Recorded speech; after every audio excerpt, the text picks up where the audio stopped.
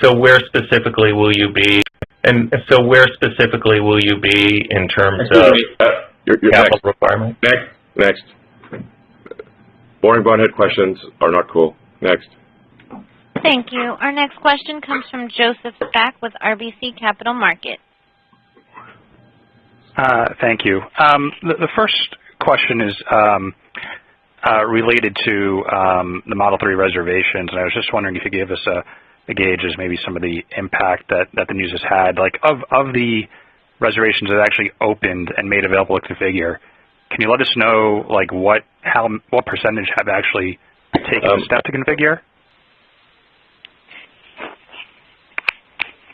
We're going to go to YouTube.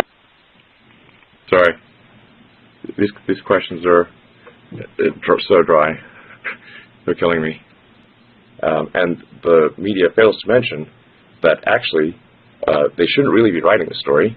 They should be writing a story about how autonomous cars are really safe. But that's not the story that people want to click on. So they write inflammatory headlines that are fundamentally misleading to the readers. That's really outrageous. So, and this would be true even if electric cars were, if autonomous cars were 10 times safer, so that instead of 1 million deaths, you had 100,000 deaths.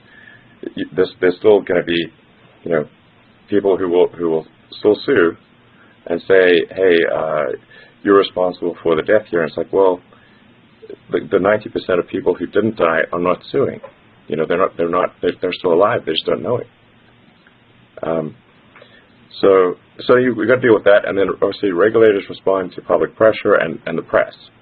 So if the press is hounding the regulators and the public is laboring on misapprehension that autonomy is less safe because of misleading press, then this is where I find the challenge of predicting it to be very difficult. Yeah, really interesting answer. Thank you. But I can also say from a technical standpoint, I think we'll probably be ready by the end of next year. Our next question comes from James Albertine with Consumer Edge. And we have no interest. We have no interest in satisfying the desires of day traders. Like, couldn't care less. Please sell our stock and don't buy it. I completely understand your frustrations, and I'm frustrated too on how myopic we are right now. They also say that great years are made out of quarters, and great decades are made out of years. So everyone's short-term focused in some ways, and volatility has a way of shaking people out, even that are strong and want to be there. And so, and anything you can do to help in the near term on that, I think is helpful for the stuff. That's it. I think that if people are concerned about volatility, they should definitely not buy our stock. I am not here to convince you to buy our stock. Do not buy it if volatility is scary. There you go.